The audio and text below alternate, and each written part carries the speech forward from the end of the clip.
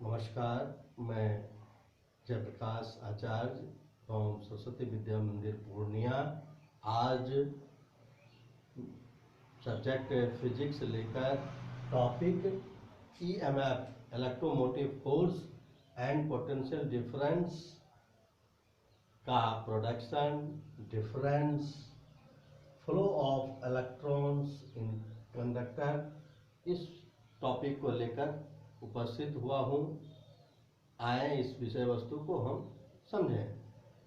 Current किसी भी conductor में किस तरह पास करती है, उसके पीछे क्या रीजन होता है, उसके विषय में हम समझें। उसके लिए हमेशा पोटेंशियल डिफरेंस सर्किट में बना रहे, उसके लिए दो चीज़ जरूरी है। इसके दो सोर्स हैं। एक तो डायनेमो, जिसको हम जनरेटर के नाम से जानते हैं।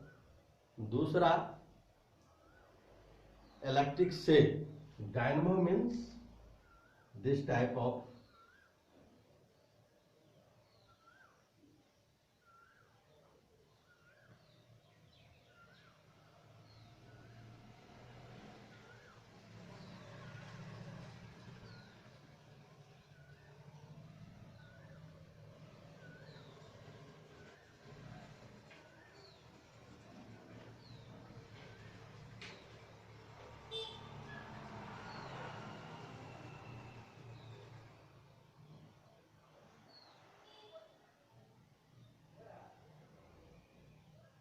ये एग्जॉस्टर, ये मशीन, जिसको कहते हैं डीजल इंजन और डायनेमो, और ये इंजन।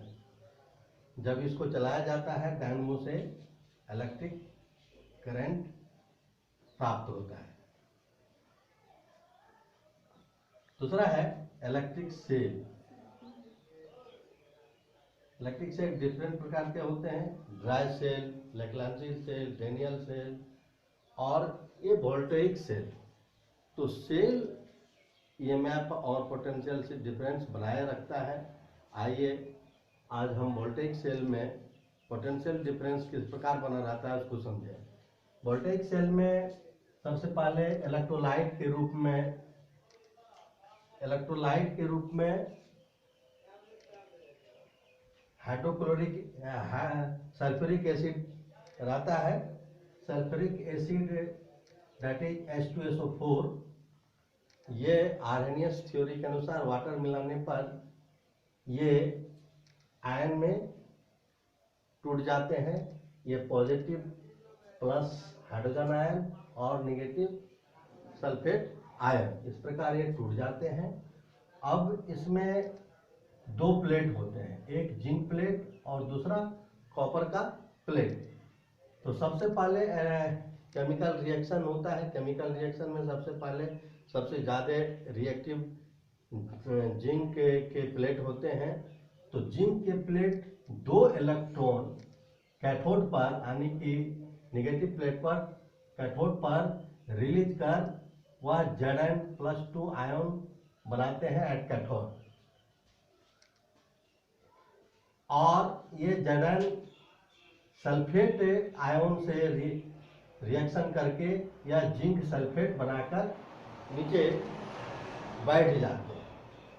फिर इससे जो एनर्जी प्राप्त होती है, जिसको कहते हैं केमिकल बॉन्डिंग एनर्जी, यह एनर्जी हाइड्रोजन आयन, जो कि निगेटिव आयन की ओर आना चाहिए, लेकिन इसको ब्लास्ट पॉजिटिव आयन प्लेट की ओर भेजता है, कॉपर प्लेट की ओर।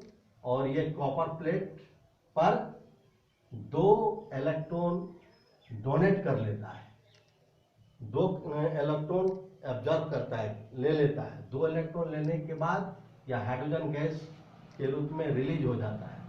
तो कॉपर प्लेट से दो इलेक्ट्रॉन लिया गया, जिसके कारण कॉपर प्लेट पॉजिटिव पोल हो जाता है, और Zn से दो इलेक्ट्रॉन डिपॉजिट किया गया, या नेगेटिव चार्ज अर्थात ऋण पोल बन जाता है, नेगेटिव पोल बन जाता है।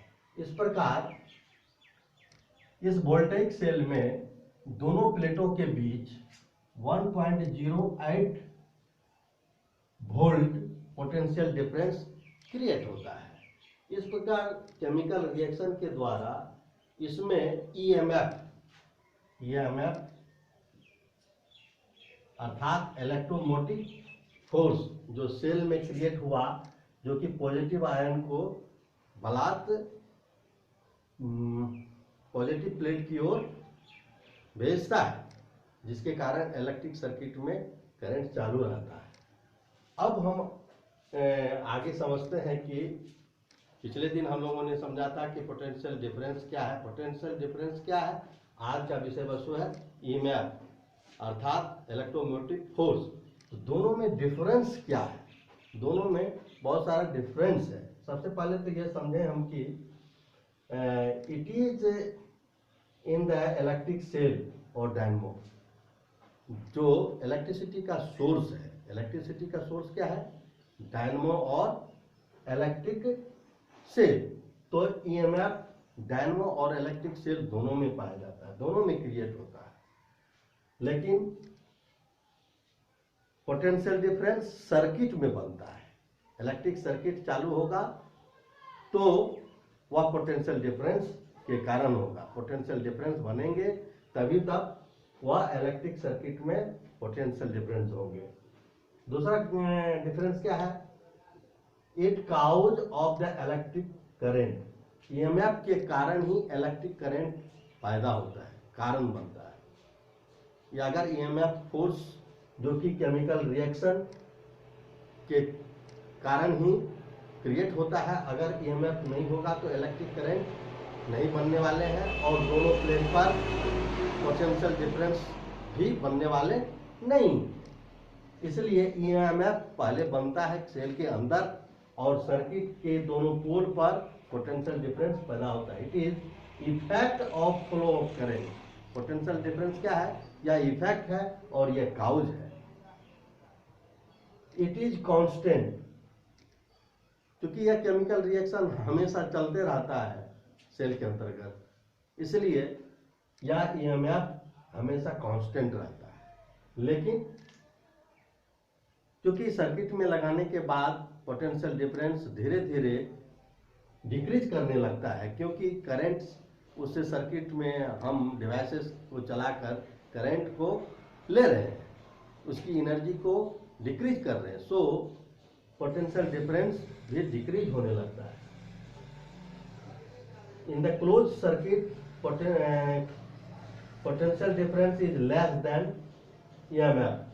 कहता है कि जबकि सर्किट ओपन रहता है, अर्थात सर्किट से कोई करंट नहीं ली जाती है, तो उस समय पोटेंशियल डिफरेंस और ईएमएफ दोनों इक्वल होता है। सेल का पोटेंशियल डिफरेंस और ईएमएफ दोनों इक्वल रहता है। लेकिन जैसे ही हम सर्किट को क्लोज करते हैं, अर्थात सर्किट को हम किसी डिवाइस से जोड़ते हैं, तो उस डिवाइस में करंट फ्लो होने लगता है और पोटेंशियल डिफरेंस फिर डिक्रीज करने लगता है और ईएमएफ कांस्टेंट रहता है। So EMF potential difference is less than EMF in the close circuit.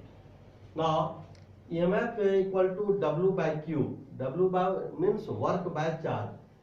Here work is done by the chemical reaction, but V is, that is potential difference, V is equal to W by Q. Here work done by the charge.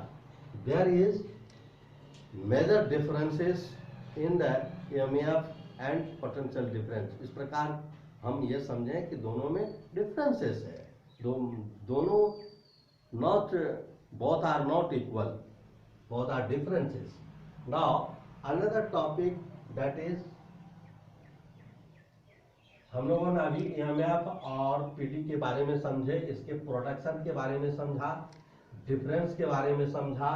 अब हम लोग ये समझेंगे कि conductor में electron अर्थात negative charge तो positive charge किस प्रकार फ्लो करता है।